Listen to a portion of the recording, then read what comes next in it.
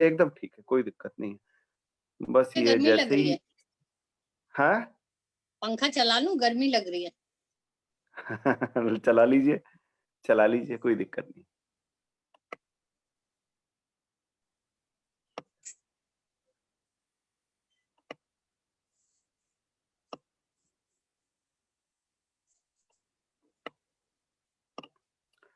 नमस्कार, मेरे लेखक मेरे सवाल की आज की कड़ी में हमारे साथ हैं हिंदी की जानी-मानी कहानीकार, उपन्यासकार, स्त्री विमर्श पर अनेक महत्वपूर्ण किताबें लिखने वाली लेखिका सुधा अरोड़ा जी। सुधा अरोड़ा जी मुंबई में रहती हैं। आपका जन्म लाहौर में हुआ और देश के अनेक जगहों पर आपको रहने का अनुभव रहा है। और जो लेखन का आपका क्षेत्र है उसमें एक तरह से ये कहा जाए कि कुछ ही लेखक ऐसे होते हैं जो अपने आप को इतना पुनर्नवा करते हैं। हम सब लोग हिंदी कहानी के इतिहास में समांतर कहानी आंदोलन के दौरान जिन कहानीकारों की चर्चा पढ़ते हैं, उनमें सुधा अरोड़ा जी को भी एक कहानीकार के रूप में सबसे पहली बार वहां देखते हैं। लेकिन बाद में 1990 के आसपास या थोड़ा और बाद में मुझे लगता है कि मुंबई बम कांड जो हुआ था, उसके बाद आपके लेखन में फिर से एक नई शुरुआत हुई और 2004 में आपका एक लंबे अंतराल के बाद में कहानी संग्रह आया था काला शुक्रवार। काला शुक्रवार के आने के बाद में उस दौर की कुछ कहानियाँ लिखने के बाद में हमने एक सर्वथा नए लेखक को देखा, सर्वथा नए लेखक को जाना और सुधा अरोड़ा जी ने अपने आप को पुनर्नवा किया।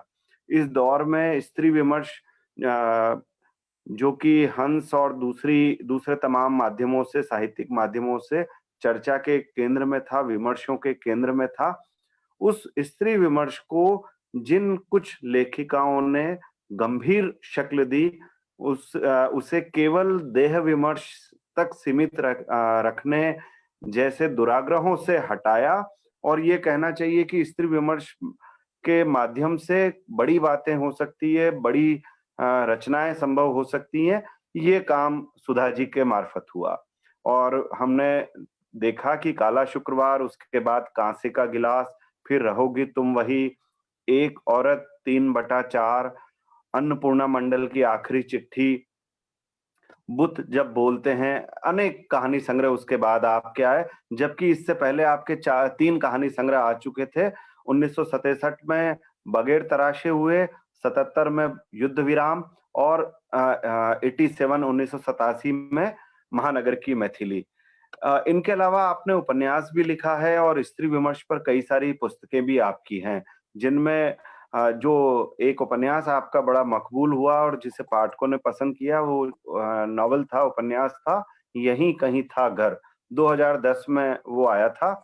उसके बाद और उसके साथ, उसके आसपास स्त्री विमर्श से जुड़ी हुई कई सारी किताबें हमने आपकी पढ़ी हैं, देखी हैं। आम औरत जिंदा सवाल, एक औरत की नोटबुक, रचेंगे हम साझा इतिहास, कम से कम एक दरवाजा। इसके इन किताबों के अलावा आपने नाटक भी लिखे हैं, एकांकी भी लिखे हैं।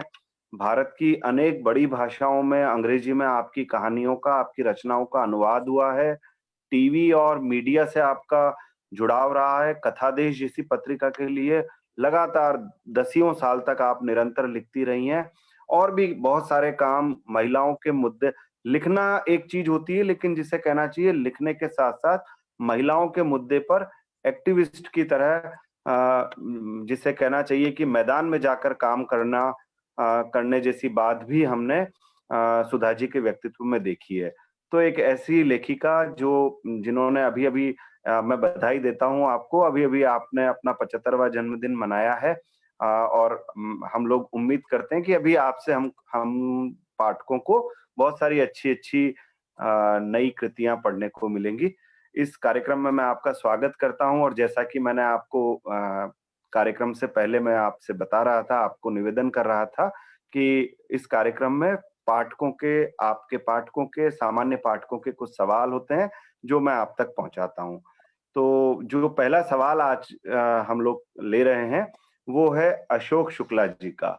अशोक शुक्ला जी ने पूछा है कि आपको लेखन की प्रेरणा कब और कैसे मिली? और आप हिंदी साहित्य जगत में किस लेखक को अपना आदर्श मानती हैं? इसमें लेखक, आप लेखक और लेखिका को, लेखक दोनों को लेखक मान लीजिएगा, ये आग्रह है। बहुत बहुत शुक्रिया पल्लव।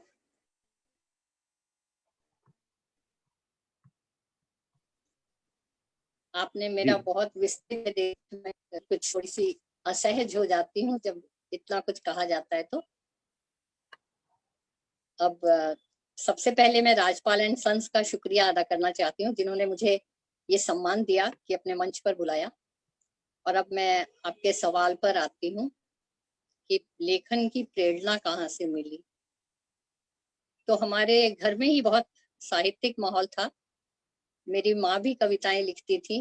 वो लाहौर की प्रभाकर थी और साहित्य रत्न पढ़ रही थी जब उनकी शादी तय हो गई। तो शादी के बाद उनका लिखना तो छूट गया। और पिता का भी बहुत साहित्यिक माहौल था और बहुत सारे उनकी बिरादरी में बहुत सारे साहित्यिक लोग थे।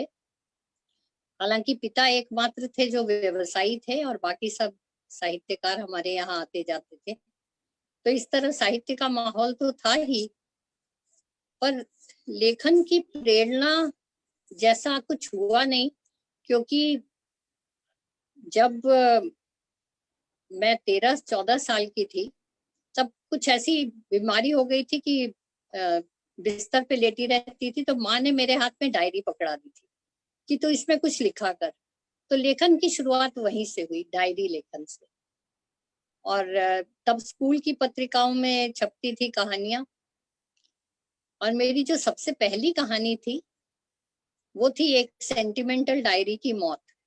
शीर्षक से ही आप अनुमान लगा सकते हैं कि मैंने क्या लिखा होगा। तो वो कहानी मेरे पिताजी ने कहा कि सारिका में भेज दो, तब चंद्रगुप्त विद्यालंकार जी संपादक थे। जी, जी, जी। तो सारिका में वो कहानी, उस कहानी का स्वीकृत होना एक बहुत बड़ी बात थी।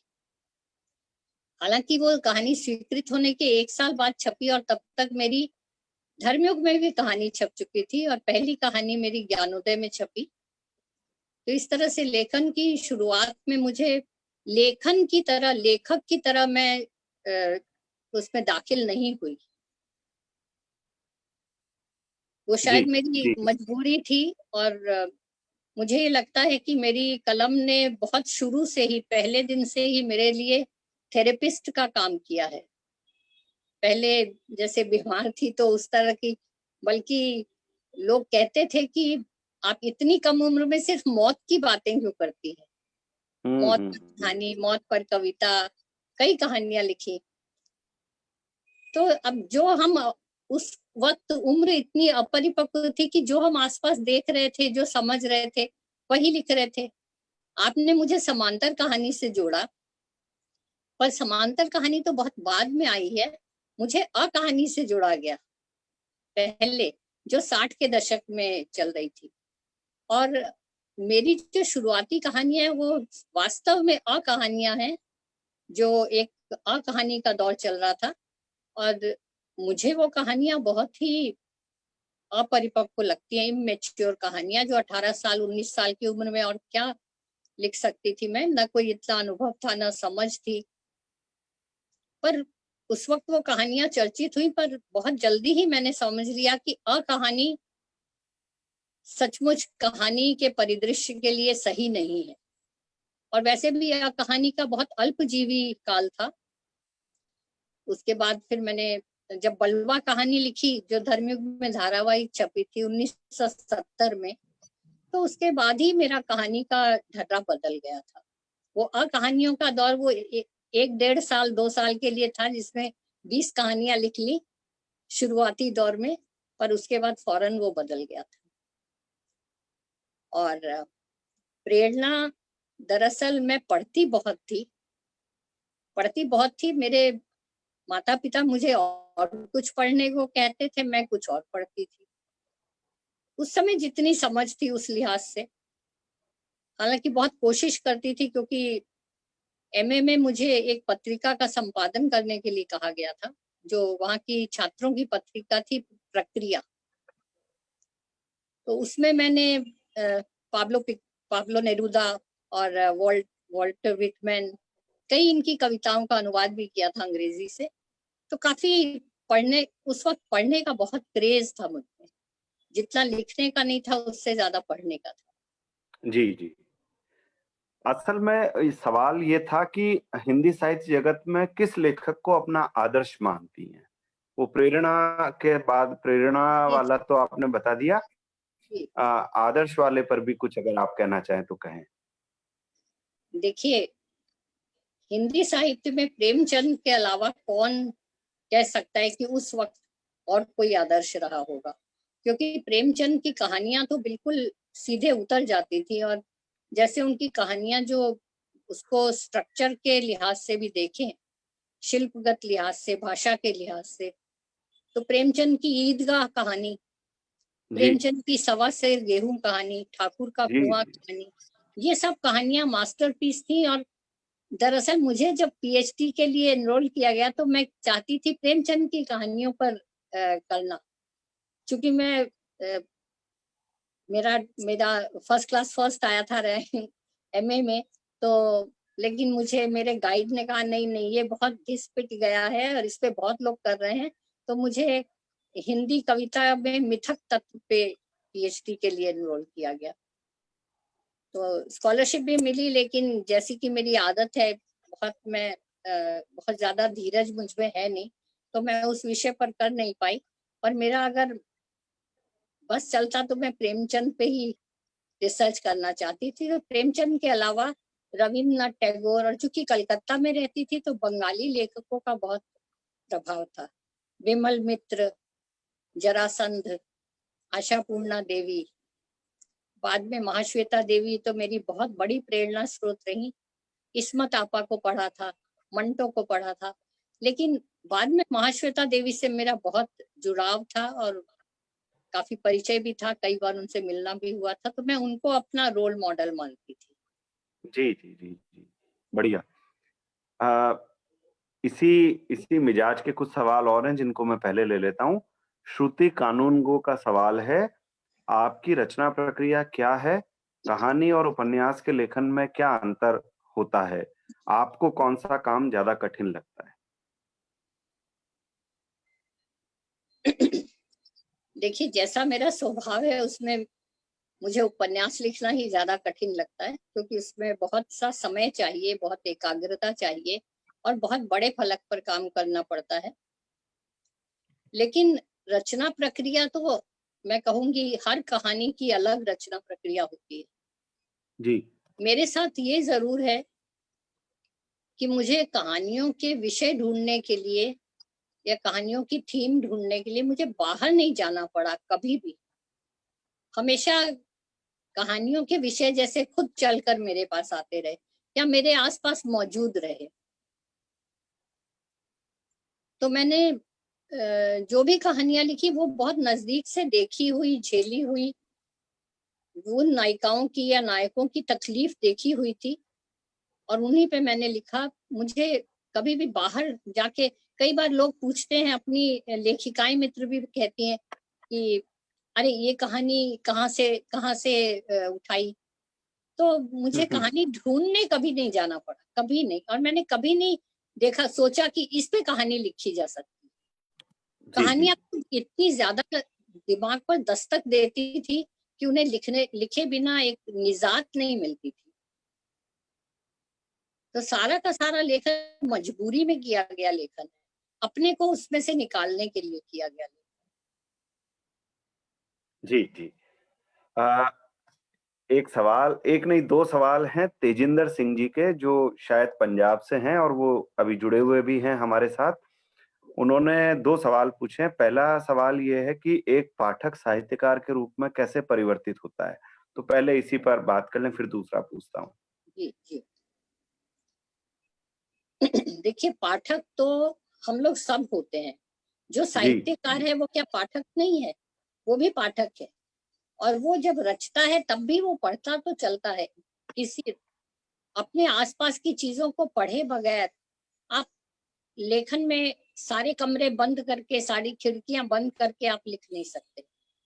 जी, लेकिन एक पाठक रचनाकार में तभी बदलता है जब कोई ऐसी चीज उसके अपने मन को इस कदर कुरेदती है कि उसके लिए अभिव्यक्त करना एक मजबूरी बन जाती है।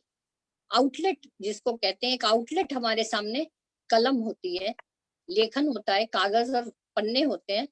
तो उस पर जब हम लिखते हैं तो हम अपने अंदर की बहुत सारी तकलीफों से भी छुटकारा पाते हैं, क्योंकि समय तो सही हमेशा बात। ऐसा रहा है जो आपको चारों तरफ से घेरता है। बहुत सारे पात्र हैं, बहुत सारे ऐसे दृश्य हैं, बहुत सारी घटनाएं हैं जो आपको सांस लेने नहीं देती। तो अपनी सांस को आसान करने के लिए अलग अलग तरीके कलाकार अपनाते हैं। कोई संगीत साधता है, कोई चित्रकारी करता है, हम कलम उठाते हैं। हमारे पास यही एक जरिया है।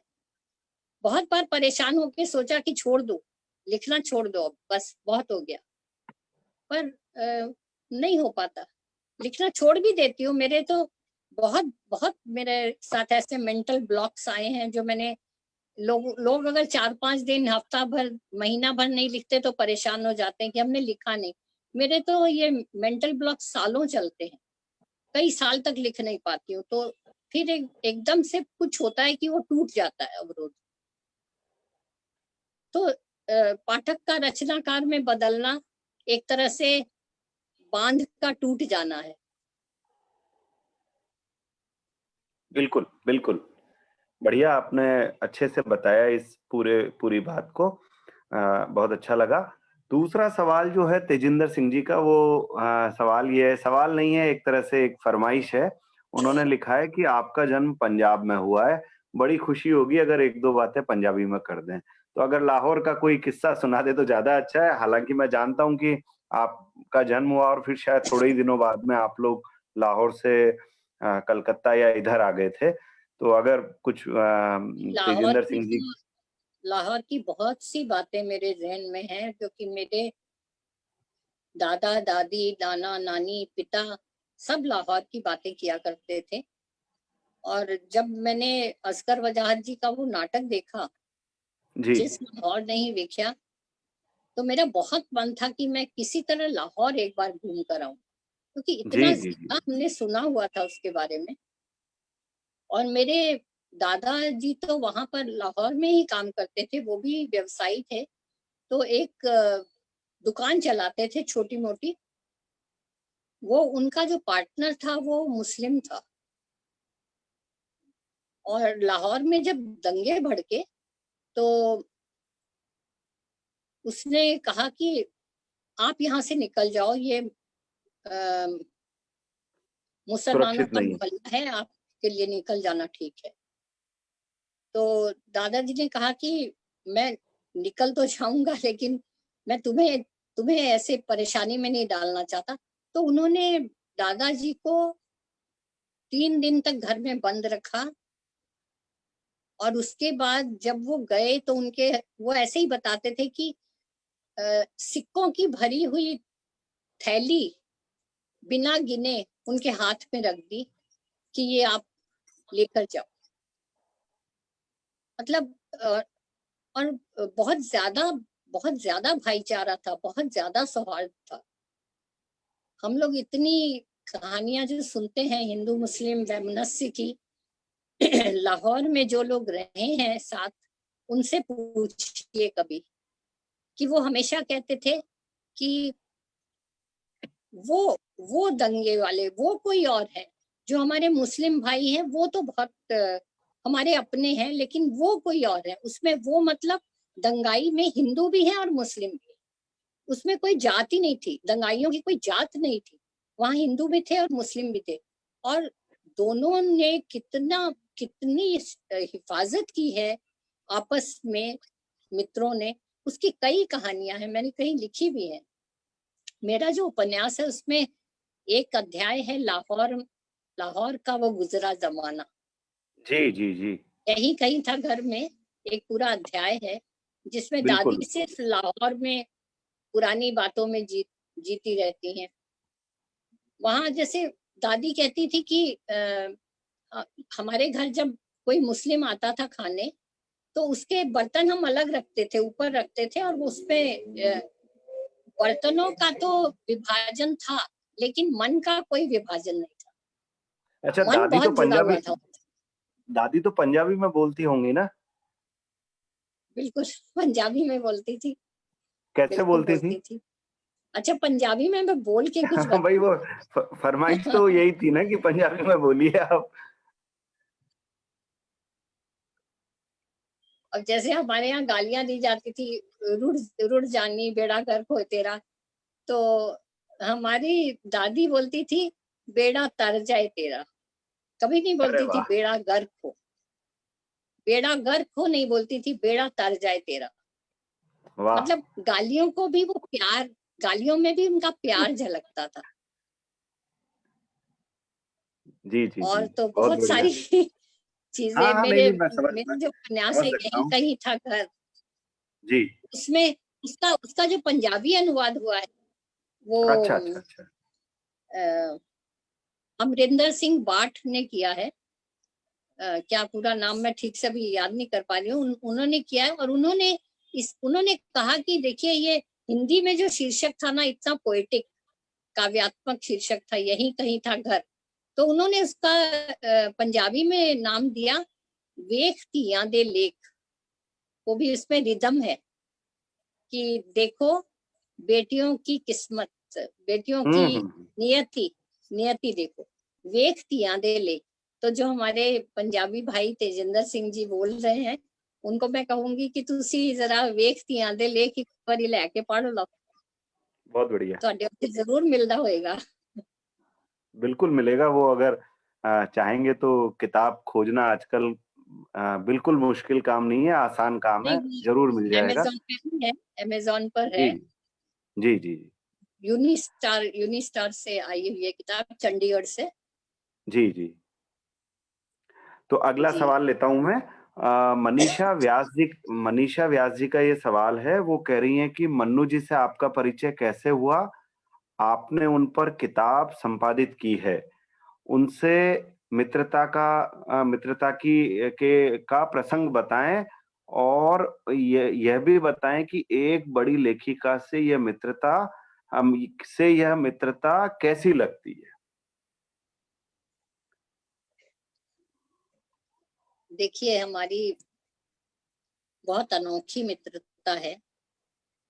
जो हमारे कॉमन मित्र हैं दिल्ली में, वो यही कहते हैं कि मन्नू जी को सुधा मिल गई, वैसे हमें भी एक सुधा चाहिए। जैसे हमारी राजी सेठ है, उन्होंने एक बार कहा कि सुधा मन्नू जी को तो तुम मिल गई, मुझे भी एक सुधा दिला दो।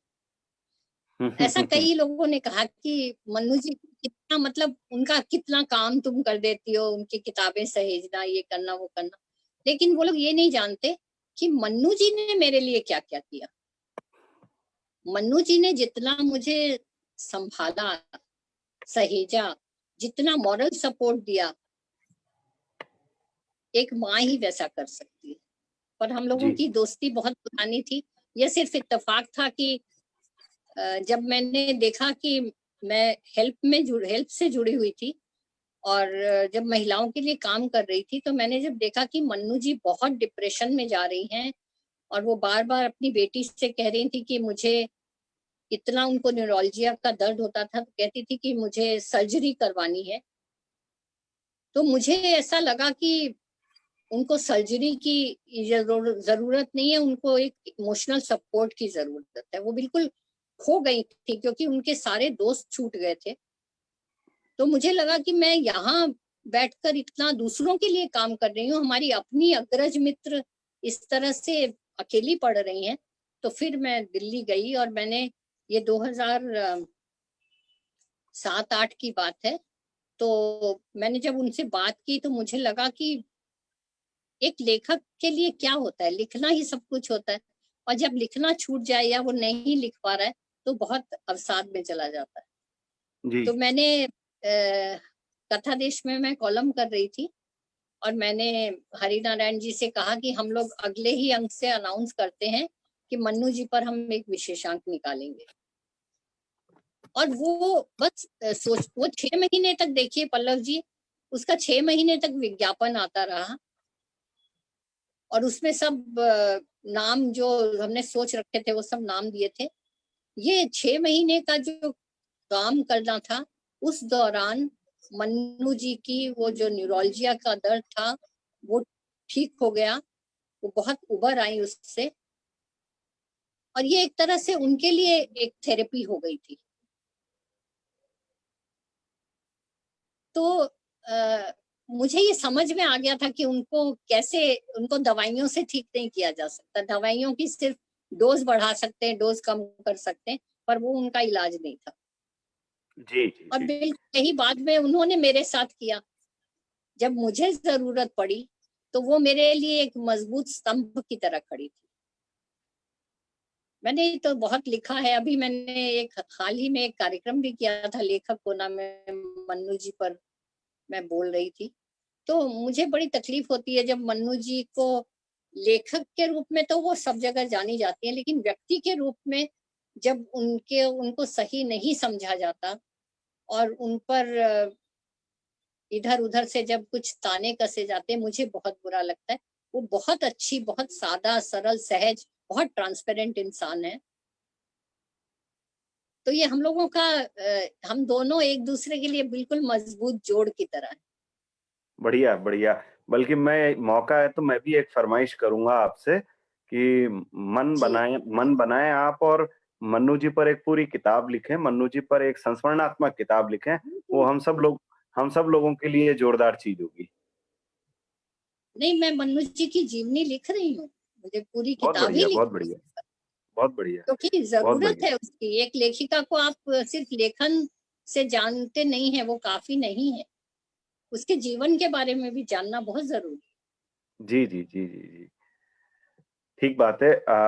मन्नू जी पर बात करते हुए, सुनते हुए एक फ़रमाइश और आ गई है।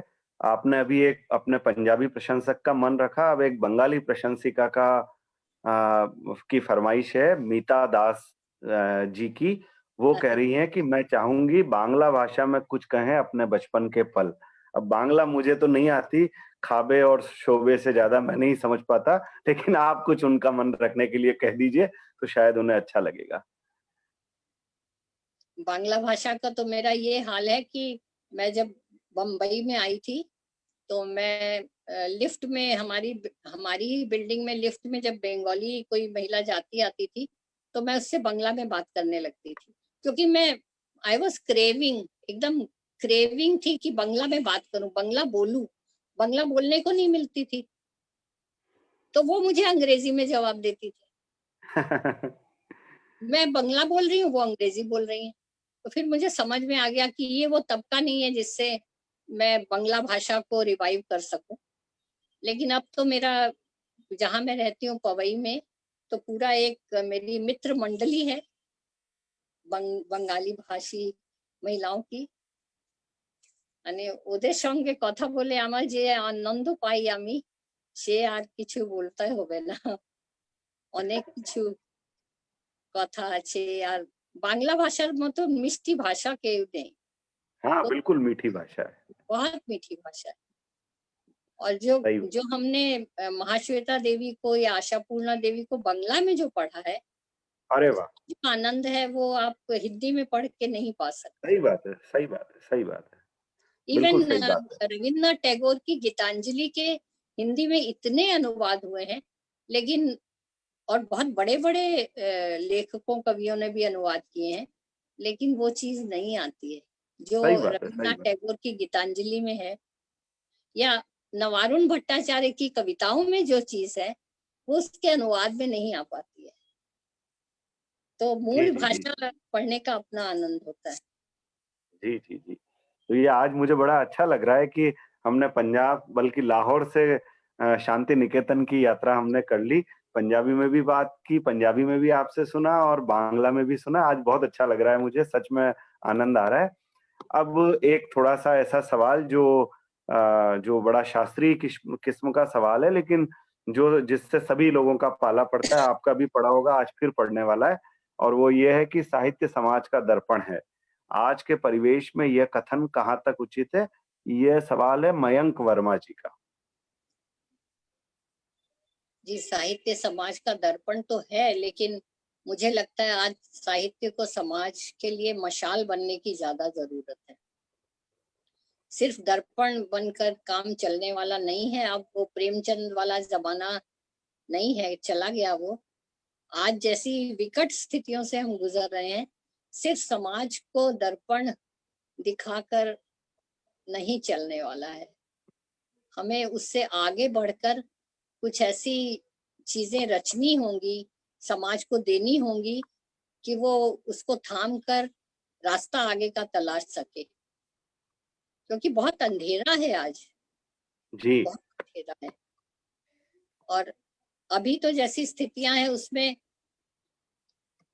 लोग सही कह रहे हैं कि अगर आप आज चुप रहते हैं तो निश्चित ही आप जिंदा नहीं हैं। बोलना बहुत जरूरी है, और साहित्यकार अगर नहीं बोलेगा तो कौन बोलेगा? सही बात है, बिल्कुल सही बात है। अगला सवाल है प्रिया अग्निहोत्री जी का। प्रिया जी ने ये इस तरह के 3-4 सवाल मैं एक साथ लूंगा, स्त्री विमर्श और उससे जुड़े हुए सवाल हैं। जी। प्रिया जी पूछ रही हैं, स्त्री को केंद्र में रखकर लिखने वाले पुरुष कथाकार क्या स्त्री विमर्श के मूल प्रश्न नहीं उठा पाते? क्या स्त्री विमर्श में सिर्फ महिलाएं ही आती हैं? पुरुष लेखकों द्वारा स्त्री के सभी प्रश्नों को उठाने पर भी स्त्री विमर्श केवल स्त्री लेखकों तक सीमित क्यों है? क्या यह मानना उचित होगा कि स्त्री के सवालों को केवल स्त्री उठा सकती है, पुरुष नहीं? जी, मैं कहती हूँ कि स्त्री के सवालों को सिर्फ स्त्री भी नहीं उठा सकती है। पुरुष की तो बात ही छोड़ दीजिए, स्त्री के सवालों को सिर्फ वो स्त्री नहीं उठा सकती जो खुद उन तकलीफों से नहीं गुजरी, जो भुक्तभोगी नहीं है। वह कितनी भी संवेदनशीलता दिखाए, वह उस चीज का बयान नहीं कर सकता। हालांकि हिंदी साहित्य में अपवाद जरूर रहे हैं। मैं एक बार एक किताब संपादित करने की सोच भी रही थी, जिसमें पुरुष कथाकारों की स्त्री संवेदना की कहानियां लूं। कई कई पुरुषों ने बहुत अच्छी कहानी लिखी है, कथाकारों ने, जिसमें से एक कहानी स्वयं प्रकाश जी की अगले जन्म में थी। बहुत नए लोगों ने भी बहुत अच्छी कहानियां लिखी हैं। एक कहानी नवनीत मिश्र की थी, देह भर नहीं। तो ऐसे बहुत से, सभी लोग देखिए, स्त्री मन को छुए बिना पुरुष कथाकार तो आगे चल नहीं सकता। और वो शुरू से स्त्री मन की अभिव्यक्ति पुरुषों द्वारा ही होती रही है, इसमें कोई शक नहीं है।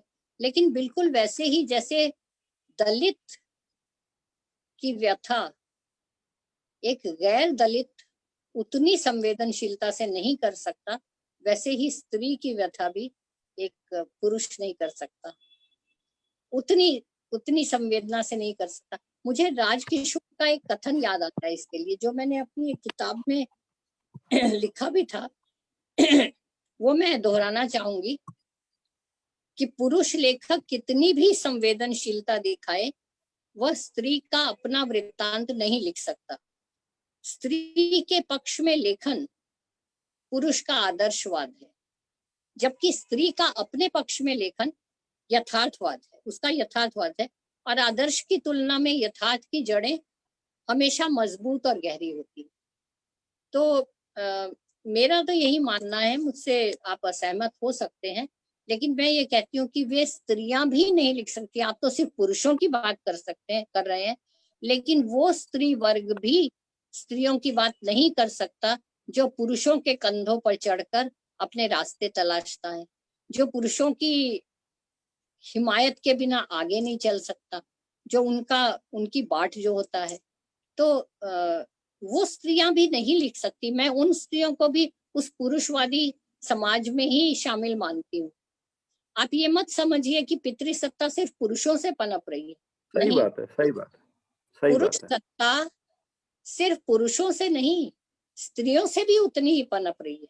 स्त्री का एक वर्ग पुरुष सत्ता को कंधा देता है, उसको आगे बढ़ाता है। आप बहुत सामान्य सी तुलना में देख लीजिए, सास और ननद क्या करती हैं।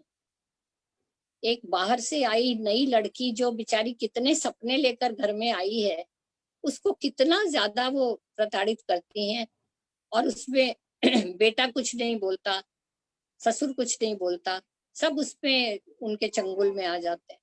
तो कहाँ स्त्रियां, कमला भसीन की एक बात मुझे याद आती है हमेशा कि पितृसत्ता के उसी कुएं से स्त्रियां भी पानी पीती हैं जहां से पुरुष पानी पीता है। तो एक ही सही कुएं बात से। है। और दूसरी बात मैं ये भी कहती हूँ कि हम सिर्फ पुरुषों को इसका जिम्मेदार नहीं मानते। देखिए, पुरुष भी इस पूरी सामाजिक संरचना का विक्टिम है, वो भी एक शिकार है, क्योंकि उसको शुरू से जो उसकी अपब्रिंगिंग है, जो उसका माइंडसेट है, वो उसी सामाजिक संरचना से बना हुआ है। तो वो वैसे ही माहौल में जब बढ़ता है, तो वो उसके सामने कोई चारा नहीं दिखता। कभी कभी वो इतना कंफ्यूज होता है कि वो क्या करे। सही तो बात है। अपने आप से वो लाचार होता है। वो आगे बढ़कर स्त्री को सहायता का हाथ नहीं बढ़ा सकता, उसके प्रति इमोशनल नहीं हो सकता, उसके प्रति संवेदना नहीं दिखा सकता। क्या करें? आपको जब बच्चों को, लड़कों को शुरू से ही ये सिखा दिया जाए, अगर वो रोए तो कहे कि क्या लड़कियों की तरह रो रहे हो, तो उसके मन में क्या बैठ जाएगा कि रोना रोना यानी लड़की है। जबकि रोना तो एक संवेदना की बात है जो स्त्रियों में भी है, पुरुष में। तो बच्चे, लड़के क्यों नहीं रो सकते? अगर रोएंगे तो आप सही बात। कहेंगे कि लड़कियों की तरह रोते हो। ऐसे ही अगर वो गुलाबी रंग की शर्ट पहन ले बच्चा, तो कहेंगे क्या गुलाबी, ये लड़कियों के रंग पहन रखे हैं। और लड़कियां मैं अगर जीन्स पहन ले या शॉर्ट्स पहन ले, तो कहेंगे क्या लड़कों की तरह। तो हम लोगों ने सेग्रीगेशन इतना जबरदस्त किए कर हैं। दिया है कि वो हमारा सामाजिक ढांचा ही पूरा बहुत सारी विसंगतियों से भरा हुआ है। उसको ठीक सही करने बात की है। जरूरत है। और इसको कौन सही ठीक बात। करेगा? इसको हम आप भी ठीक करेंगे जब हम अपने बेटों को सही शिक्षा देंगे। हम बेटों सही को बात ऐसा है। पुरुष नहीं बनाएंगे जो स्त्री को सिर्फ देह की तरह देखे, जो स्त्री के प्रति संवेदना भी रखे, थोड़ा सा रो भी ले। बहुत अच्छी पोस्ट अभी 2 दिन पहले ही एक सुजाता ने लिखी थी। बहुत अच्छा लिख रही हैं आजकल लड़कियां। जी, खैर, जी, जी। सवाल के जवाब में मैं भी, मेरा भी मन हो रहा है एक बात कहने का इस पूरे प्रसंग पर, वो मैं कहता हूँ। ननन वाली बात पर, मीरा के जो पद मिलते हैं उनमें कुछ पद ऐसे भी मिलते हैं जिनको लेकर ये विवाद भी होता है कि वो मीरा ने लिखे या नहीं लिखे। लेकिन उसमें मीरा की ननन उदो कोई एक महिला थी, उनका संवाद आता है। तो उदो बार-बार मीरा को छेड़ती है कि ये ऐसी खराब भाभी आ गई है जो हमारे कुल को, हमारे हमारे वंश को के लिए कलंक है। तो मीरा और उदा के संवाद मिलते हैं। तो उस पर एक टिप्पणी ये अब हम सब लोग करते हैं और की जाती है कि मुक्ति असल में मीरा की ही नहीं होनी है, मुक्ति तो उदा की भी होनी है। ये अलग बात है कि मीरा को तो अपनी मुक्ति का सवाल समझ में आ गया है, उदा को अभी तक नहीं आया है।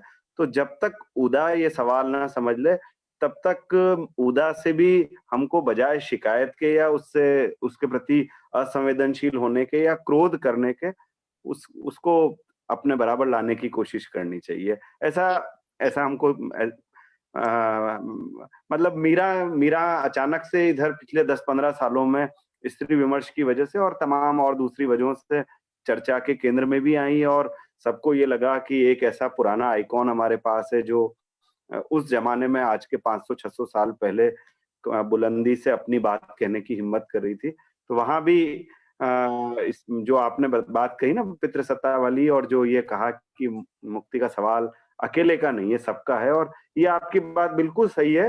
कंडीशनिंग ऐसी होती है कि आपको मैं मेरे को हँसी आ रही थी। मैं ग्राउंड फ्लोर पे रहता हूँ, तो मैं जब किचन में खड़ा होता हूँ, खिड़की खुलती है बाहर की तरफ, तो मेरा एक शरारती मित्र है जो सोसाइटी में रहता है, तो वो अगर निकल गया उस समय, तो बाहर से ज़ोर से चिल्ला के कहेगा, "अच्छा पल्लव जी, अच्छा, अच्छा खाना बना रहे हो? ठीक है।" जानबूझ के। तो जैसे वो ये बताना चाहता है कि मैं निहायत घटिया काम कर रहा हूँ, तो करता रहूँ। तो पहले शुरू में कभी-कभी मुझे भी अजीब लगता था, लेकिन अब मैं भी मज़ा लेता हूँ, तो वो कुछ नमस्ते करता है, इससे पहले ही मैं बोल देता हूँ कि हाँ, हाँ, मैं खाना ही बना रहा हूँ। तो कंडीशनिंग है, अब धीरे-धीरे चीज़ें ठीक होगी, और अब मुझे लगता है कि तेज़ी से बदल रही है स्थितियाँ, बिल्कुल बिल्कुल और बदल रही है। बदलनी ही चाहिए। मैंने देखा है, स्थितियां तो बहुत बदल रही हैं। मैंने अपने जी, घर में देखा है मेरे जो दामाद हैं जी। वो मेरी बेटी जितना किचन में नहीं रहती उससे ज्यादा वो किचन में रहते हैं, जबकि काम दोनों करते हैं। और मतलब जिस तरह का मेरा दामाद है, मैं सोचती हूँ कि वैसा अगर पुरुष हो जाए तो समस्याएं पूरी समाप्त हो जाएं। वो इतना ज्यादा सहयोगी है जी, जी, जी। और अच्छी ऐसे बात है से और होना ऐसा ही होना चाहिए। चाहिए। हम सबको इसी तरह से चीज़ों को देखना, समझना चाहिए और कोशिश करनी चाहिए। बिल्कुल। तो अब मैं अगला सवाल लेता हूँ। आशीष राय का सवाल है। उन्होंने लिखा है, आपने स्त्री विमर्श पर किताबें लिखी हैं और कहानियाँ भी। क्या लिखना अधिक संतोष देता है? देखिए, अलग अलग विषय पर अलग अलग चीजें लिखना, अलग अलग विधा में लिखना संतोष देता है। जैसे कई बार कुछ घटनाएं ऐसी होती हैं जिस पर आप कहानी नहीं लिख सकते, नहीं लिखने बैठते। कहानी के लिए आपके पास एक मेमोरी का बक्सा होना चाहिए, स्मृतियों का एक संसार होना चाहिए जो कहीं अंदर बैठा रहता है। या और जब काँसे का आपको गिलास होना चाहिए? जब जब आपका मन आया तो आपने उसमें से निकाली चीजें और कर ली, लिख ली। लेकिन आलेखों के साथ क्या होता है, और बल्कि जिन्होंने सवाल पूछा है, बहुत अच्छा सवाल पूछा है, वो उसमें कविता भी जोड़ लें।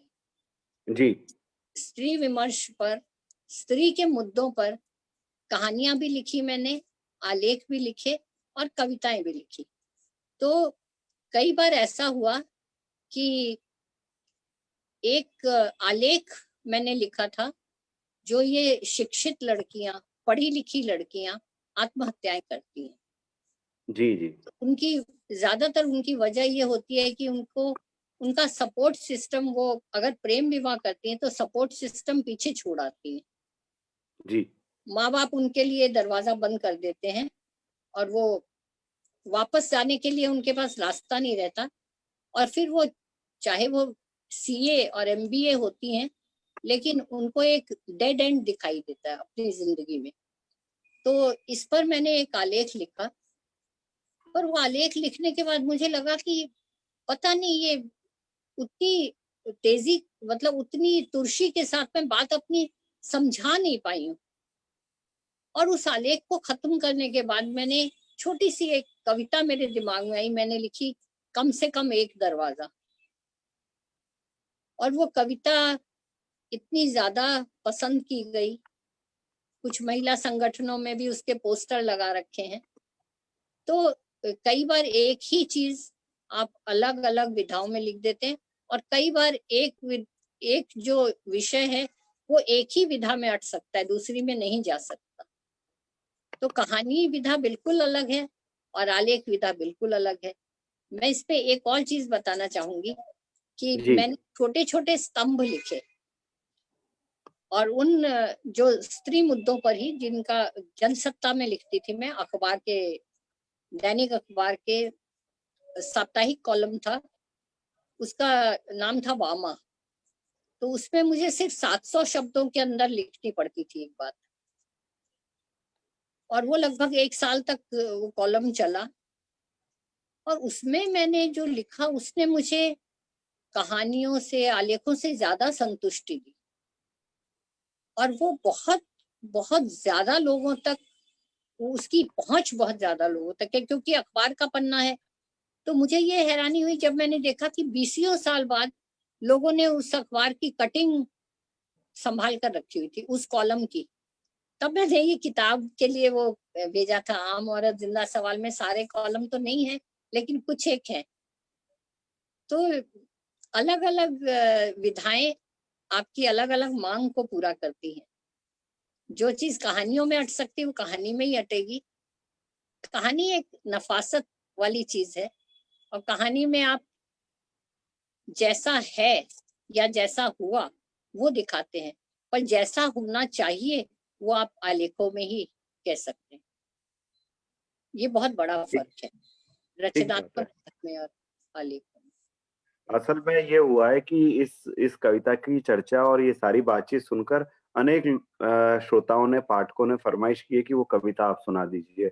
अगर आपके आसपास है और आपको लगता है कि सुनाई जा सकती तो सुना दीजिए, फिर मैं अगला सवाल लूँगा। जी, वो कविता तो मुझे याद ही है। अरे वाह! बढ़िया, बढ़िया, बढ़िया। वो है कम से कम एक दरवाजा, जी। चाहे नक्काशीदार एंटीक दरवाजा हो, चाहे नक्काशीदार एंटीक दरवाजा हो या लकड़ी के चिरे हुए फट्टों से बना, उस पर खूबसूरत हैंडल जड़ा हो या लोहे का कुंडा, वो दरवाजा ऐसे घर का हो जहां माँ बाप की रजामंदी के बगैर अपने प्रेमी के साथ भागी हुई बेटी से माता पिता कह सकें, जानते हैं तुमने गलत फैसला लिया, फिर भी हमारी यही दुआ है, खुश रहो उसके साथ जिसे तुमने वरा है। पर ये मत भूलना, कभी ये फैसला भारी पड़े, ये मत भूलना, कभी ये फैसला भारी पड़े और पांव लौटने को मुड़े, तो ये दरवाजा खुला है तुम्हारे लिए। वाह! बेटियों को जब सारी दिशाएं बंद नजर आए, बेटियों को जब सारी दिशाएं बंद नजर आए, कम से कम एक दरवाजा हमेशा खुला रहे उनके लिए। ये वो बहुत कविता है सुंदर। जिसको लिखने के बाद लगा कि आलेख पूरा हो गया और संदेश चला गया। और हाँ पल्लव जी, मुझे इससे याद आया कि ये आलेख मैंने आजकल पत्रिका में भेजा था और उस आलेख से ही अटैच थी वो कविता अंत में, पर उन्होंने उस कविता को आजकल के मुख पृष्ठ पर छापा था। अरे वाह! आलेख अंदर था, कविता मुख पृष्ठ पर थी। बहुत सुंदर, बढ़िया। अ, अब संगीता सेठी जी का एक सवाल है। सवाल क्या है, जिज्ञासा है और आशीष राय जी का भी ये था। संगीता जी ने पूछा है कि आपकी आत्मकथा कब आ रही है? और आशीष राय जी का ये था कि भविष्य में क्या लिखने की योजना है? तो दोनों पर एक साथ कुछ बता दें आप।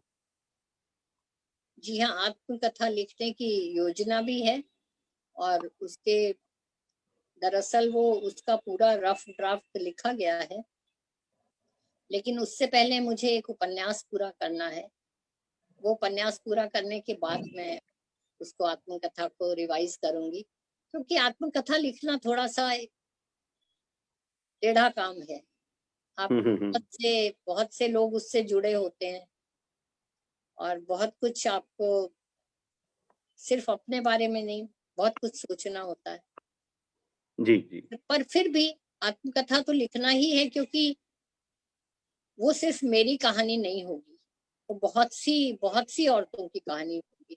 इसलिए बिल्कुल, लिखना बिल्कुल। जरूरी लगता है, वरना मैं उपन्यास लिख सकती थी, वरना मैं और कुछ लिख सकती थी। लेकिन जब लिखूंगी तो पूरी ईमानदारी से लिखूंगी और सच ही बोलूंगी उसमें। और लिखना इसलिए बहुत जरूरी है, जी, बहुत से जी, लोग जी। इंतजार कर रहे हैं। एक सवाल आया है अजय पांडे जी का, जो ये कह रहे हैं कि अभी स्त्री विमर्श की हम बात कर रहे थे, उसी प्रसंग में ये सवाल है। आज के कथा साहित्य में ग्रामीण स्त्रियों की संवेदना की अभिव्यक्ति कम क्यों देखने को मिल रही है? वैसे आजकल जो लिखा जा रहा है मैं इतना पढ़ नहीं पाती हूँ, मेरी आंखों में काफी तकलीफ रहती है, तो बहुत पढ़ नहीं पाती हूँ, लेकिन ऐसा मुझे नहीं लगता कि कम लिखा जा रहा है। देखिए उषा किरण खान जी ने काफी लिखा है मिथिलांचल पर, और भी कई लोग लिख रहे हैं, कहानियां भी लिखी जा रही हैं। और देखिए आप मुझे कुछ कविताओं की याद आ रही जो दलित आदिवासी लिख रहे हैं। एक लड़की है, मैं उसकी कविताएं बहुत ध्यान से पढ़ती हूँ, जेसिंता केरकेट्टा। जी, जी, जी। बिल्कुल, बिल्कुल। कितनी गजब की कविताएं लिखती हैं। अद्भुत, अद्भुत। सहज वो ग्राम से भी आगे पहाड़ों की, आदिवासियों की कविताएं हैं, 4-4 पंक्तियां होती हैं, 6 पंक्तियां बहुत होती हैं, संवेदनशील है, बहुत संवेदनशील कविताएं हैं। संवेदनशील और बिल्कुल। कितनी मारक होती हैं। तो मुझे लगता है जिस तरह का लेखन किया जा रहा है, वो बहुत समृद्ध कर रहा है हमारे साहित्यिक परिदृश्य को। अगर जयसिंता केरकेट्टा जैसी कवित्रियां हैं हमारे साहित्य में, आदिवासियों की व्यथा को इस तरह से बयान कर रही हैं, तो और क्या चाहिए हमें। अनीता ठीक है। भारती की कहानियां हैं, सुशीला टाकभरे का है। और हाँ, बिल्कुल, बिल्कुल, बिल्कुल। अब जो हमने जिस अंचल को ठीक से देखा नहीं, बहुत पास से देखा नहीं, हम उसके बारे में तो लिख नहीं सकते। पर आप हुँ। देखिए मधु हाँ, कांकरिया मजदूरों के जीवन पे, किसानों के जीवन पे और बहुत सारे अछूते विषयों पर कितने अच्छे उपन्यास लिख रही हैं, कहानियां भी लिखती हैं। ऐसे बहुत से लोग लिख रहे हैं। जी, जी, जी। ठीक बात है। अब मैं एक सवाल अंग्रेजी में पूछा है, आप हिंदी में उत्तर दीजिएगा। पंकज जी का ये सवाल है, is there any gap between writer and today world? आज की दुनिया और लेखक के बीच में क्या आपको कोई गैप या फासला दिखाई देता है? तो बहुत टेढ़ा सवाल है, लेकिन आज की दुनिया और सभी लेखकों के बीच में गैप नहीं दिखाई देता है। ये कुछ ही लेखक होंगे जिनका लेखन एक अलग ही ढर्रे पर चल रहा है और आज के जीवन को पूरी तरह से सामने नहीं ला पा रहा। लेकिन लेखन आखिर वही याद रखा जाएगा जो जीवन से पूरी तरह जुड़ा होगा और उसमें गैप नहीं होगा। ठीक बात है, ठीक बात है। कुछ ऐसे सवाल भी आए हैं जो मतलब जिससे कि ये क्या कहना चाहिए मुझे काल्पनिक सवाल कह सकते हैं या ये कि ऐसा होता तो क्या होता? तो एक सवाल तो ये है कि आज प्रेमचंद होते तो किन विषयों पर प्रमुख रूप से लिखते? हिंदी समाज नाम की किसी आईडी से ये सवाल आया है। ज़ाहिर है किसी व्यक्ति ने नहीं पूछा होगा लेकिन आईडी हिंदी समाज की है। आज प्रेमचंद होते तो क्या लिखते, इससे ज्यादा ये सवाल होना चाहिए कि आज आज हमारे सामने कोई और प्रेमचंद क्यों नहीं है। पर ये भी सवाल गलत है। आज हमारे सामने ऐसे लोग हैं जो बहुत प्रतिबद्ध हैं और जो लिख रहे हैं, आज के सवालों से जूझ रहे हैं। इसलिए ये नहीं कहा जा सकता कि नहीं लिख रहे लोग।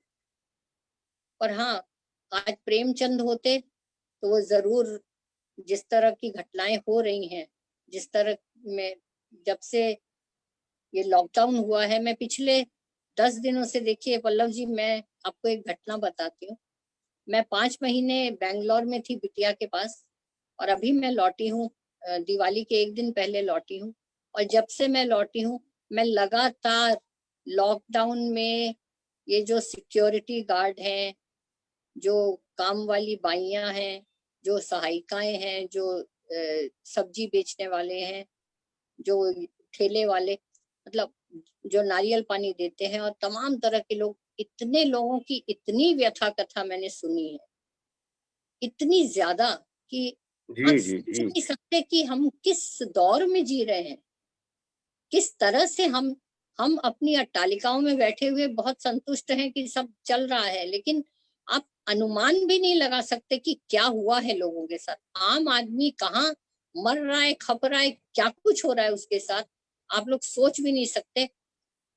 हमारे ये टावर में जिन लोगों के घर में 3-3 काम करने वाली थी, उन्होंने एक को ही रखा है और बाकी 2 के सब्स्टिट्यूट उन्होंने घर में, चूंकि फ्लैट बड़े हैं तो डिश वॉशर ले आए हैं। अब डिश वॉशर सबके घर में आ गया है, बर्तन करने की जो आती थी उसका काम खत्म हो गया हमेशा के लिए। जी, इसी जी, जी। तरह घर में झाड़ू लगाने के लिए एक छोटी सी मशीन आ गई है जो एक कमरे में रख देते हैं, पूरे कमरे में चक्कर काटती है और धूल साफ हो जाती है।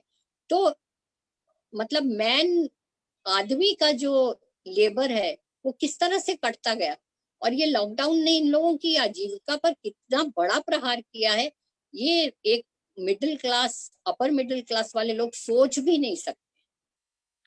और इन 6 महीनों के लॉकडाउन में बड़े से बड़े करोड़पतियों ने अपने घर की काम वालियों के पैसे नहीं दिए हैं, या तो आधे दिए हैं, चौथाई दिए हैं, और उनको वापस इसलिए नहीं रखा है कि अगर उनको वापस रख लिया तो उनके 4-5 महीनों की तनख्वाह देनी पड़ेगी या कुछ तो उसका पूरक देना पड़ेगा।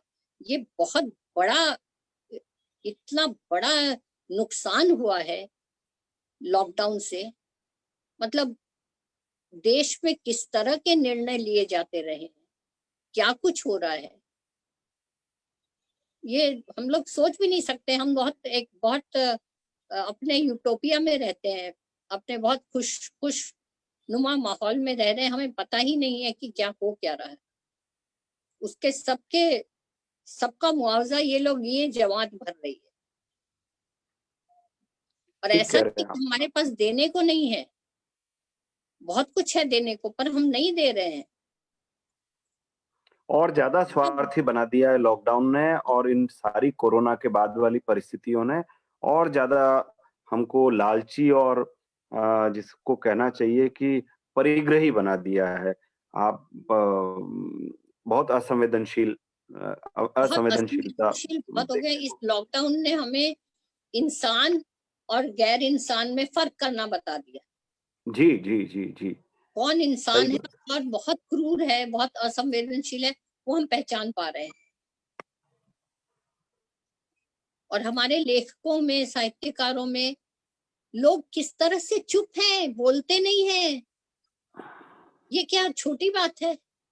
क्या प्रेमचंद के जमाने में ये हम देख सोच सकते थे? आज प्रेमचंद होते तो खुलकर बोलते, बल्कि जो उन्होंने बोला है उसी को हम दोहरा दें। जो वो भी बहुत बड़ी बात होगी। जो उन्होंने लिखा है सांप्रदायिकता के खिलाफ, इन सब के खिलाफ, वही आज हम दोहरा दें तो बहुत हो जाएगा। तो हमें तो प्रेमचंद और हरिशंकर परसाई के उद्धरण फिर से दोहराने की जरूरत है, याद करने की जरूरत है। जी, जी, जी। बिल्कुल, अभी-अभी एक टिप्पणी जैसा सवाल आया है, मुझे लगता है आपने उसी का उत्तर दे दिया है, ओम सप्रा जी का। उन्होंने लिखा कि सवाल है, युग में पैदा होते रहे हैं, उनके प्रति जागरूक होना ही लेखक को अच्छा लेखक बनाता है। अंतिम व्यक्ति के प्रति व्यथित होना लेखकीय ज़रूरत है। आज के लेखन में इसकी काफ़ी कमी है। तो बिल्कुल आपने इसी बिल्कुल बात की तरफ इशारा किया। मुझे लगता है कि उनको इस सवाल पूछने से बिल्कुल। पहले ही उत्तर मिल गया। ओम सप्रा जी, एक बहुत धन्यवाद आपको कि आपने ये सवाल उठाया। जी, जी, जी।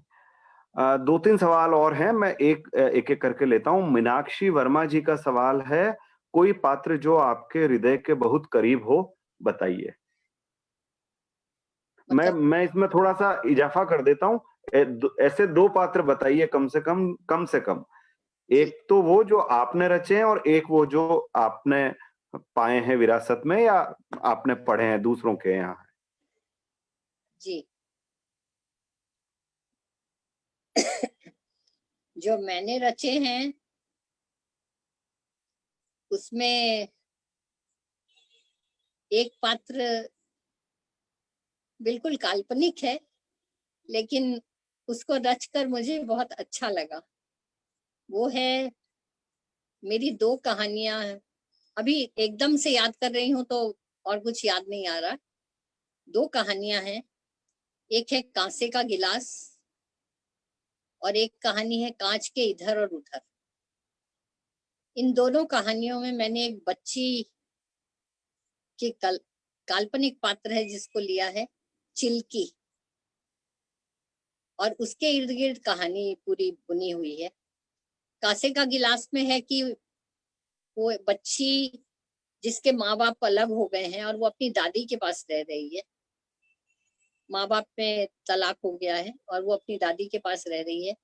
तो उसको अपने ग्लास जो उसकी माँ ने दिया था, और जो माँ अभी अमेरिका चली गई है, तो उस गिलास के प्रति उसको इतना मोह था कि वो टूट गया तो वो बहुत परेशान हो गई तो उसको दादी अपने गिलास की कहानी सुनाती है जो कांसे का गिलास था, और जो उसकी दादी ने मतलब दादी की दादी ने जो गिलास कि उसको कैसे उस गिलास की पूरी कहानी वो सुनाती है।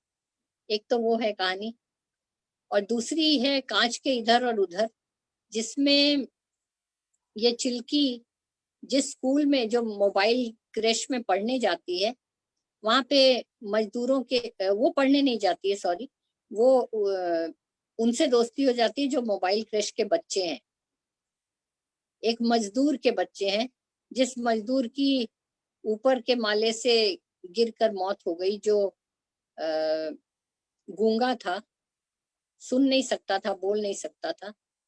उनके साथ दोस्ती होती है तो कैसे टावर के लोग उसको मतलब उन बच्चों को लाने पे आपत्ति करते हैं, और बच्ची का जो मन है वो कैसे मक्खी एक आ गई है तो मतलब वो कहानी मजदूरों की और पर्यावरण की, इन दोनों की मिली जुली कहानी है। तो जैसे मजदूर ऊपर से गिरकर मर जाता है, वैसे ही मक्खियां हमारे घर के बाहर छत्ता बनाती हैं शहद का, और उसको कैसे बेरहमी से तोड़ दिया जाता है, और वो शहद हम इकट्ठा कर लेते हैं, मक्खियों को बेदखल कर देते हैं, मक्खियों को सबको वो फ्यूमिगेटर से नष्ट कर देते हैं। तो इन दोनों कहानियों में चिल्की का चरित्र मुझे बहुत अच्छा लगता है। जी, जी, जी। बढ़िया। कांसे का गिलास तो मेरी भी पसंदीदा कहानी है। जी जी। एक सवाल है शिप्रा श्रीवास्तव जी का। शिप्रा जी पूछ रही हैं कि अच्छे लेखन के लिए किन-किन बातों को ध्यान में रखना आवश्यक है? एक तरह से ऐसे सवाल पाठक करते हैं जो जिनकी दिलचस्पी लेखन में होती है, और वो बड़े लेखकों से, अपने प्रिय लेखकों से इस तरह के सवाल इसीलिए करते हैं कि शायद इससे उनको भी कुछ सीखने को मिले। जी, तो नहीं आप सही इस पर बात कुछ है, बहुत बताएँ? बहुत अच्छा सवाल है। मुझे लगता है कि अच्छा लेखन, चाहे वो कहानी हो, कविता हो, आलेख हो, नाटक हो, कुछ भी हो, वो लिखने के बाद अगर आपको इतनी संतुष्टि देता है कि आपको ये इच्छा नहीं हो कि इसको छपवाएं और दूसरों तक भी पहुंचाएं, सिर्फ लिखना ही जब आपको बहुत ज्यादा भर दे, सुख से भर दे। और देखिए, मैं अपने ही लेखन की तरफ बात करूंगी। मुझे जब मेरा लेखन मेरे लिए थेरेपिस्ट का काम करता है, तो मुझे लगता है कि इससे बड़ा सुख और कोई नहीं हो सकता।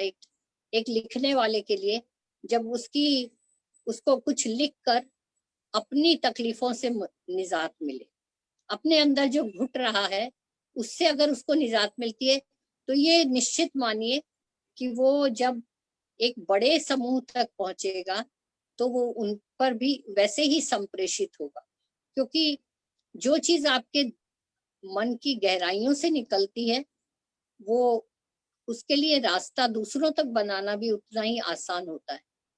तो जिस जिस लेखन में आपको बहुत मशक्कत करनी पड़े, बहुत उठक बैठक करनी पड़े, और बहुत मेहनत से कला कौशल दिखाना पड़े, वो उस तरह का लेखन मेरे ख्याल से आपको उतना संतोष नहीं देगा।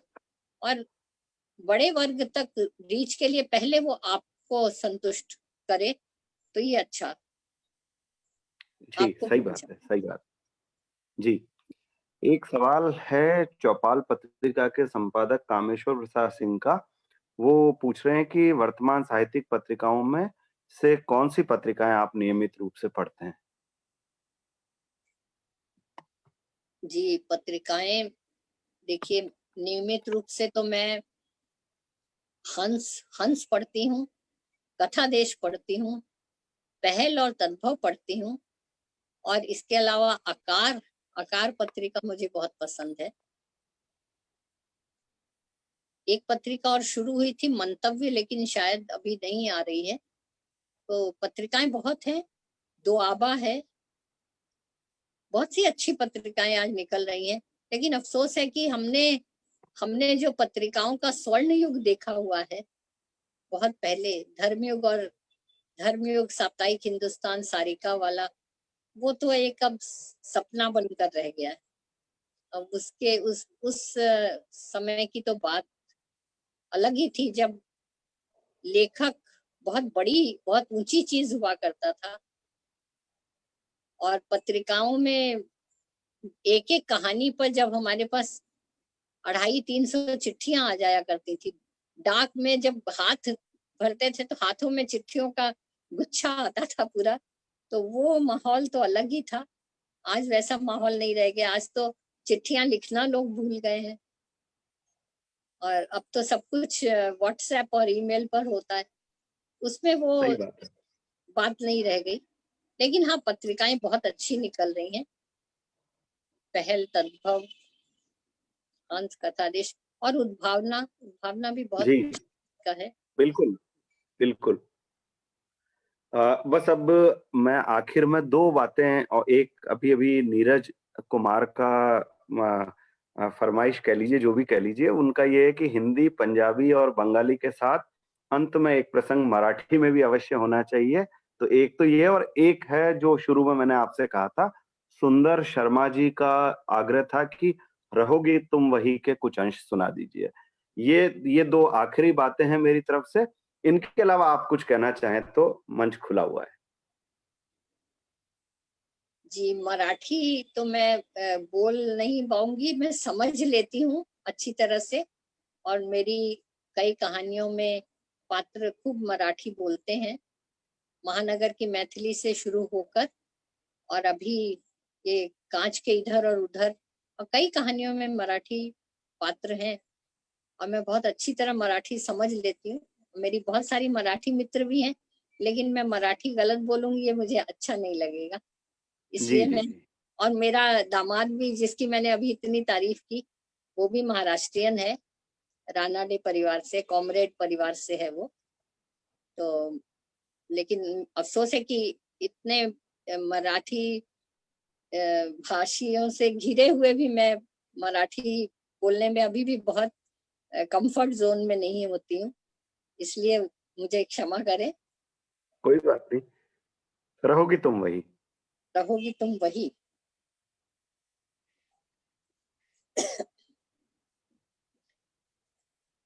रहोगी तुम वही कहानी को राजेंद्र गुप्ता जी ने, जो बहुत अच्छे अभिनेता हैं, चरित्र अभिनेता फिल्मों में जी, जी, और जी।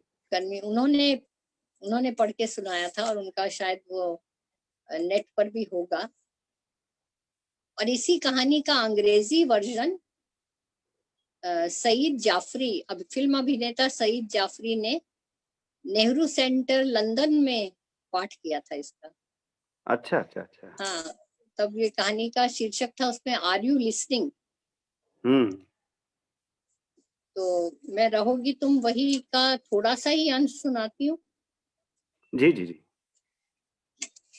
रहोगी तुम वही के 2 हिस्से हैं। एक पहला हिस्सा है शादी से 5 साल बाद, और दूसरा है शादी के 15 साल बाद।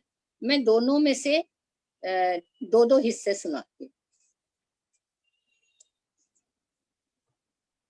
इसमें खाली पुरुष बोल रहा है, महिला चुप है, महिला पात्र कुछ नहीं बोलती, और ना कोई लेखिका की ओर से कोई टिप्पणी। टिप्पणी नहीं है, सिर्फ संवाद है।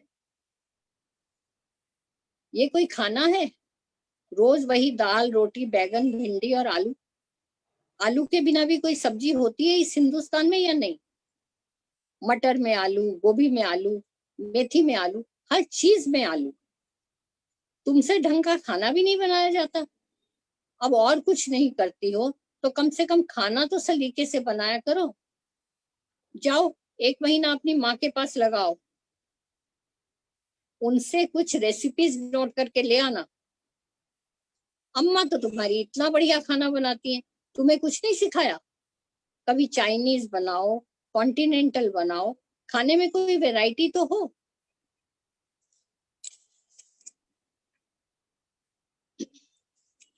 दूसरे हिस्से का, ये क्या खाना है?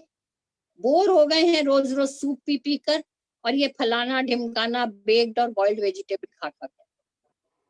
घर में रोज होटलों जैसा खाना नहीं खाया जाता। इतना न्यूट्रिशन कॉन्शियस होने की जरूरत नहीं है। कभी सीधी सादी दाल रोटी भी बना लिया करो, लगे तो कि घर में खाना खा रहे हैं। आजकल की औरतें विदेशी नकल में हिंदुस्तानी मसालों का इस्तेमाल भी भूलती जा रही हैं।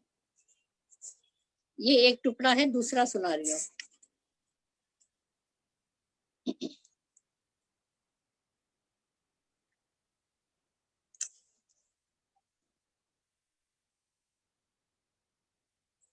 वो किताब जरूर ढूंढ कर रखना, मुझे वापस देनी है। ये मत कहना भूल गई, तुम्हें कुछ याद नहीं रहता।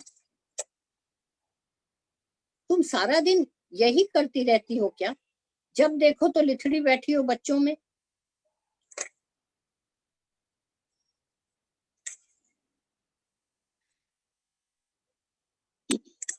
आओ बैठो मेरे पास। अच्छा ये बताओ, मैंने इतने ढेर सारे प्रपोजल में से तुम्हें ही शादी के लिए क्यों चुना?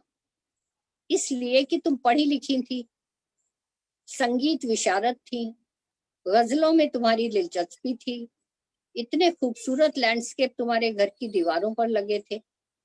तुमने अपना ये हाल कैसे बना लिया? 4 किताबें लाकर दी तुम्हें, एक भी तुमने खोल कर नहीं देखी।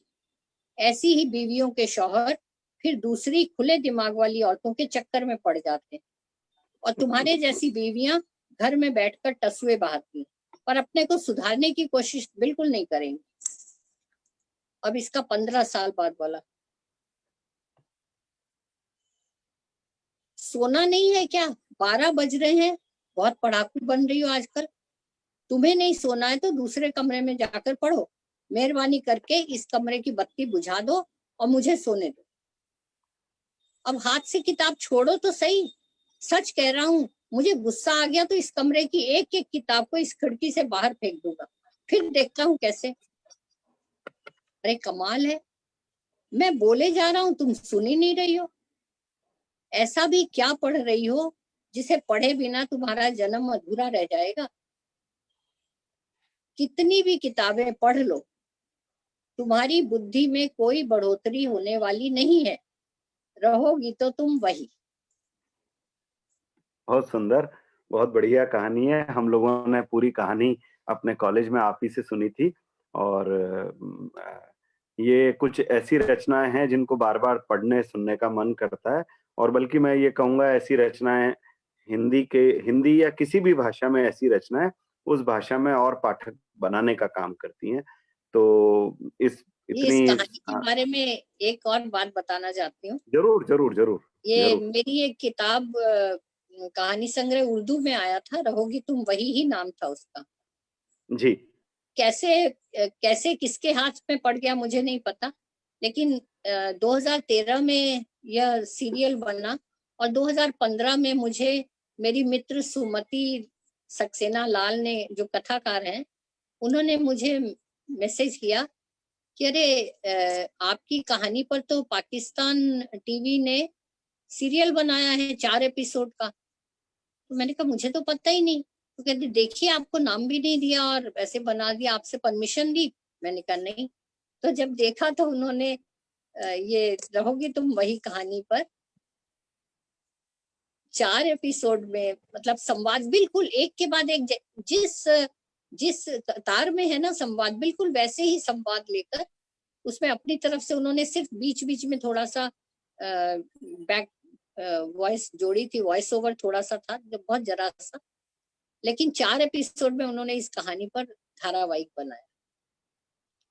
और पता नहीं कितनी, इटली में तुरीन में अल्सांद्रे, चेक भाषा में दागमार मार्कोवा, जर्मन में हेंस वेंसलर, और पता नहीं कितनी विदेशी भाषा में, हाँ वो ताजिकिस्तान में जुबेदा पकीवा, और इतने भाषाओं में इसका मंचन हो चुका है, स्ट्रीट प्ले बन चुका है।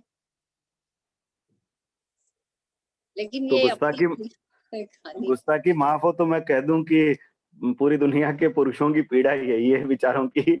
इसीलिए वो सीरियल बनाते हैं, इसीलिए वो बार बार कहते हैं कि देखिए आपने हमारी बात कर दी है, तो वो उसको लेंगे, उसकी प्रशंसा करेंगे, उसे उठाएंगे। ये तो पुरुषों की उदारता है पल्लव जी। ये पुरुषों की बहुत बड़ी उदारता है कि उन्होंने इस पर सीरियल बनाया और इसको लेकिन ज्यादातर महिलाओं ने इसका अनुवाद किया और इसका स्ट्रीट प्ले बनाया। जी दागबार जी जी मार्कोवा भी महिला है, और तुरीन में इटली की जो अल्सांद्रे वो भी महिला है, और भी वर्धा में भी इसका कई जगह ये हो चुका है मंचन। पर ये 4 पन्नों की कहानी है, हंस के 2 पन्नों में छपी थी। पर बस उस वक्त ये लगा कि ये इतने बड़े मसले को विवरण देके और उन सब से नहीं लिखा जा सकता, सिर्फ जी संवाद। जी तो ये बिल्कुल। लगता है मुझे बहुत अचानक ही लिख ली गई। और ये आमतौर पर मुझे कहानी लिखने में वक्त लगता है, पर ये एक सिटिंग में मैंने कहानी लिखी, एक रात में ये कहानी लिख दी थी। तो मेरे लिए भी ये बहुत यादगार चीज है कि मैंने कुछ एक कहानियां ही हैं जो मैंने एक सिटिंग अन्नपूर्णा जी मंडल की आखिरी चिट्ठी भी मैंने एक सिटिंग में लिखी। हाँ हाँ, मेरी सबसे पसंदीदा कहानी है। जी जी। तो इस बहुत बढ़िया सेशन के लिए जिसमें हमने सुधा जी से बहुत सारी बातें की, उनके लेखन के बारे में, उनके उनके और हिंदी लेखन के बारे में, हाँ, पूरे परिदृश्य के बारे में, और सुधा जी से कुछ रचनाओं का पाठ भी हमको सुनने को मिला। एक कविता सुनी और एक उनकी प्रसिद्ध कहानी के कुछ अंश सुने। सुधा जी का बहुत-बहुत आभार। मैं अपनी तरफ से, राजपाल एंड सन्स की तरफ से, और फेसबुक पर उनको सुन रहे सभी पल्लव जी, श्रोताओं, मैं आपको सुन दर्शकों, नहीं पा रही हूँ। आ, आपने शायद म्यूट तो नहीं कर दिया? आपको आवाज नहीं आ रही है? आपको बिल्कुल आवाज नहीं आ रही है? कोई बात नहीं, कोई बात नहीं। तो बस मैं आभारी आभारी दे रहा हूँ। मैं शुक्रिया अदा कर रहा मैं हूँ सुन सुधा नहीं जी पा रही आपका, हूँ। औ और सारे दर्शकों का, सारे पाठकों का। मेरे लेखक, मेरे सवाल शीर्षक के इस कार्यक्रम में हर इतवार शाम 6 बजे किसी लेखक से, किसी जाने-माने लेखक से मुलाकात होती है, पाठकों की, श्रोताओं की, दर्शकों की। आप सबसे अनुरोध है कि लगातार जुड़े रहें इस कार्यक्रम के लिए, और अपने पसंद के लेखकों से अपने सवाल भेजते रहें, पूछते रहें। हम सब अपने समय के सुपरिचित लेखकों से, लेखिकाओं से मुलाकात करते रहेंगे। सुधा जी का बहुत-बहुत धन्यवाद। आप सभी का बहुत-बहुत धन्यवाद। नमस्ते, जय हिंद।